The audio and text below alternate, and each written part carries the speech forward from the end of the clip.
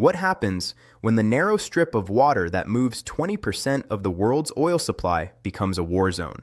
Not a hypothetical war zone, not a geopolitical risk scenario buried in a research paper that nobody outside a think tank ever reads.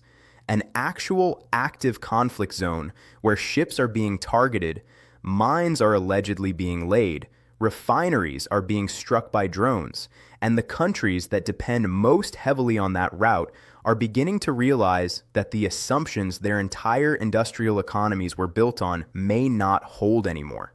That question isn't abstract. It's not a simulation. It's the situation unfolding right now, and the consequences of it don't stay in the Middle East. They travel through shipping lanes and into refineries. They move through gas pumps and into inflation reports. They land on the desks of Federal Reserve officials who are already navigating an extraordinarily difficult policy environment. And eventually, they reach into every corner of the global financial system in ways that most people won't fully understand until they're already living inside the consequences and wondering how it happened so fast. The Strait of Hormuz is a passage of water roughly 21 miles wide at its narrowest point, sitting between Iran on one side and Oman and the United Arab Emirates on the other. 21 miles, that's narrower than many American metropolitan areas are from edge to edge. And through that 21-mile gap, every single day under normal operating conditions, flows roughly 20% of the world's total oil supply. Not 20% of Middle Eastern oil, 20% of all the oil the entire world consumes daily. Approximately 17 to 20 million barrels per day move through that corridor. The cargo isn't limited to crude oil. The strait carries liquefied natural gas, refined petroleum products, diesel, jet fuel, and gasoline that power industrial economies from Asia to Europe. It is, without any exaggeration, the single most economically critical maritime choke point on Earth. There are other important waterways. The Suez Canal matters. The Strait of Malacca matters. The Bab el-Mandeb matters. But none of them carry the specific combination of volume, concentration, and irreplaceability that defines the Strait of Hormuz. If the Suez Canal closes, you reroute around the Cape of Good Hope. You lose 2 weeks and a significant amount of money, but the cargo eventually arrives. If the Strait of Hormuz closes, there is no reroute. There is no alternative corridor that can absorb that volume. The oil either moves through it or it doesn't move at all. That is a fundamentally different kind of vulnerability. And the global economy has spent decades assuming it would never actually be tested at scale. What is happening there right now is not a minor escalation that will resolve itself in a new cycle. Oil flow through the strait has reportedly collapsed under the pressure of the current conflict by a margin that would have seemed unthinkable just months ago. Aramco, the single largest oil company on the planet by production volume and market capitalization, suspended operations at its biggest refinery following a drone strike. China, which under normal circumstances is a net exporter of refined fuel products to global markets, halted its diesel and gasoline exports entirely as Beijing scrambled to manage domestic supply concerns. Japan, a country with almost no domestic energy resources whatsoever, that imports virtually every barrel of oil its economy consumes, formally requested emergency crude releases from international reserves. Even Chinese vessels, despite the complex and often opaque geopolitical relationship between Beijing and Tehran, began avoiding the strait entirely after recent attacks on commercial shipping. When Chinese ships won't sail a route because it's too dangerous for commercial operations, you are getting a clear signal about the severity of what is actually happening on the ground. The G7 nations coordinated a release of 400 million barrels from strategic petroleum reserves. 400 million barrels sounds like an enormous intervention until you run the math. It represents roughly 20 days of the supply that the strait normally moves under operating conditions. 20 days. That is the buffer standing between the current situation and a supply shock with no near-term resolution. To fully understand why this matters beyond the borders of the Middle East, you need to understand who actually depends on this waterway and what happens to their economies when it stops functioning at normal capacity. India is the world's third largest oil importer, and a significant share of its energy supply moves through the Strait of Hormuz. India is also one of the fastest growing major economies on the planet, with hundreds of millions of people whose improving living standards are directly tied to energy availability and price stability. When oil prices spike sharply, Indian inflation rises. Industrial output slows. The rupee faces depreciation pressure. Foreign exchange reserves get drawn down defending the currency. The economic progress of a generation can be meaningfully eroded within months of a sustained energy price shock. China runs the world's largest manufacturing operation and the second largest economy, and it does so almost entirely on imported energy. Its factories, its shipping infrastructure, its construction sector, and its export-driven economic model all depend on affordable energy flowing reliably through that strait day after day. Japan has essentially zero domestic fossil fuel resources. Every barrel of oil Japan uses to generate electricity, run its rail and road networks, power its industrial base, and heat its residential buildings is imported. Remove affordable access to imported oil, and Japan's economy faces an immediate structural crisis, with no short-term domestic substitute available. Saudi Arabia, which sits on some of the largest proven oil reserves in the world, exports between 80 and 90% of its oil production through the Strait of Hormuz.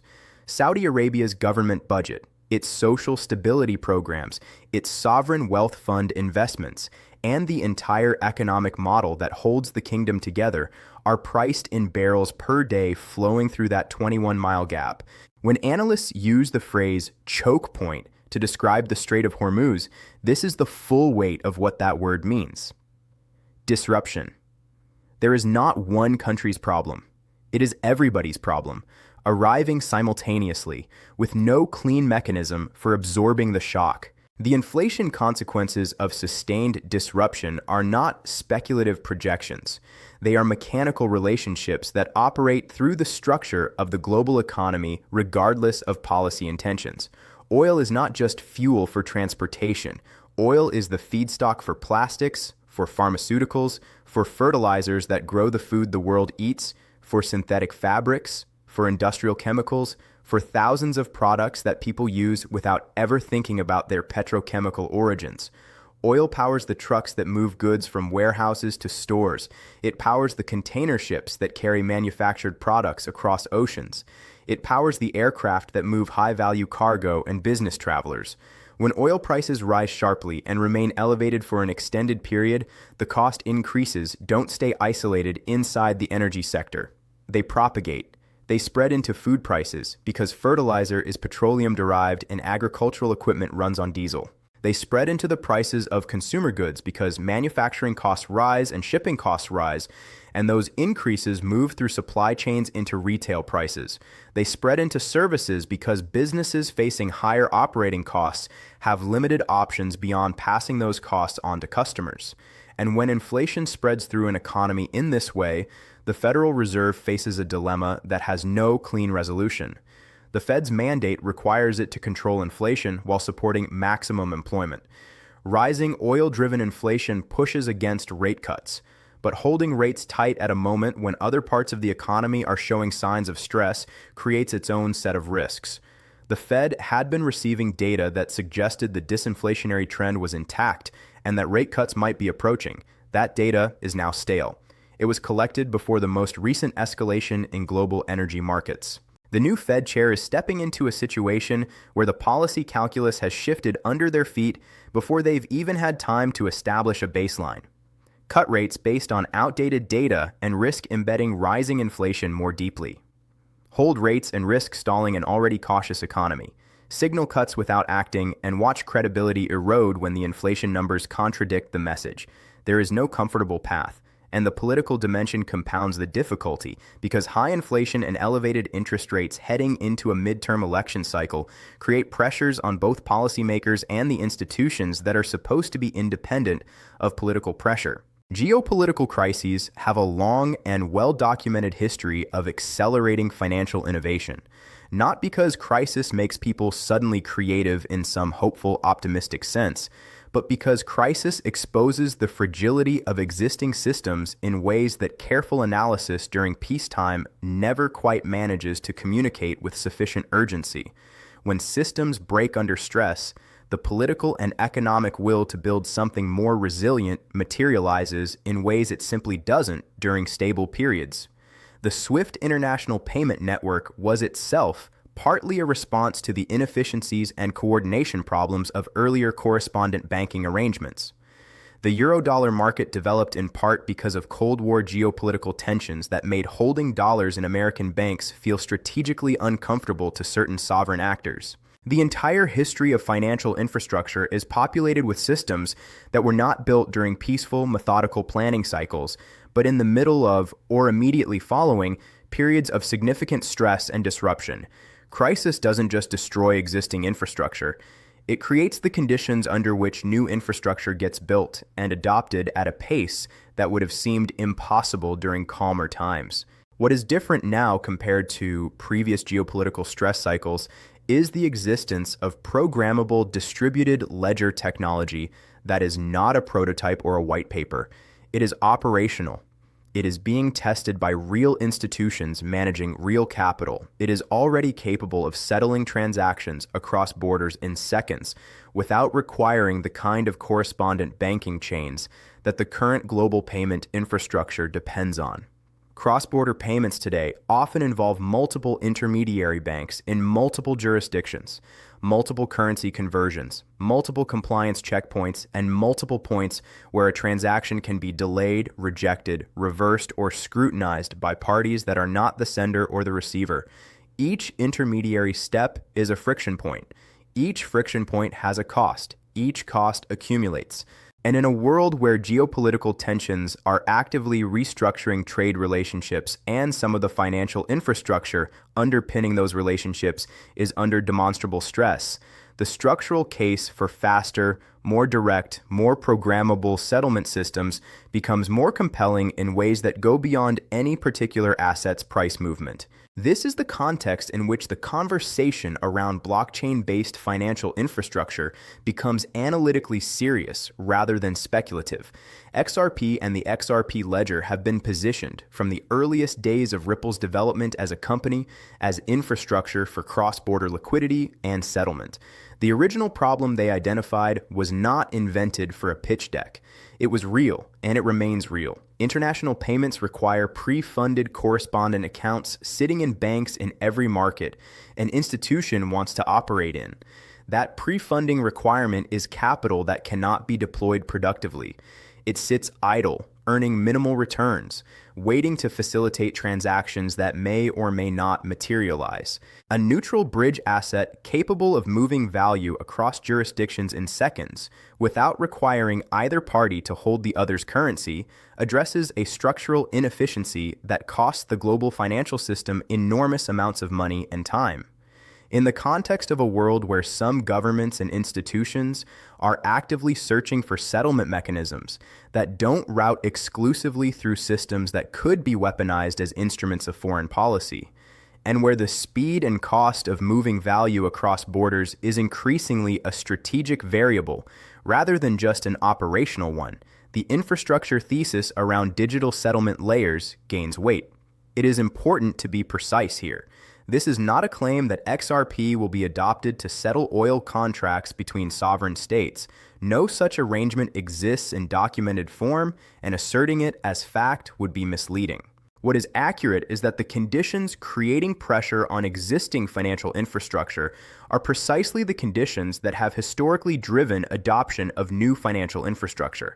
The question of which digital settlement systems are most technically capable, most regulatory compliant, and most embedded in institutional relationships when that adoption wave accelerates is genuinely important and genuinely unresolved.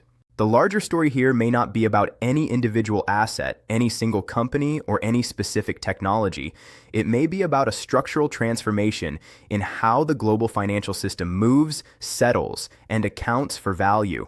A transformation that has been building slowly and largely invisibly for years, and is now being accelerated by the kind of geopolitical pressure that historically reshapes economic systems at their foundations. The dollar's position as the world's reserve currency is itself a product of geopolitical history, not technological superiority. The petrodollar arrangement that underpinned much of the post-1970s global financial order was a geopolitical construction.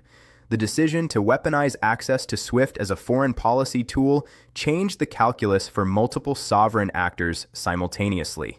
Every major shift in global financial architecture has occurred at the intersection of geopolitical necessity and technological capability. We are sitting inside one of those intersections right now. The necessity is visible. The technology exists and is operational. The regulatory frameworks are being contested and constructed simultaneously across multiple jurisdictions.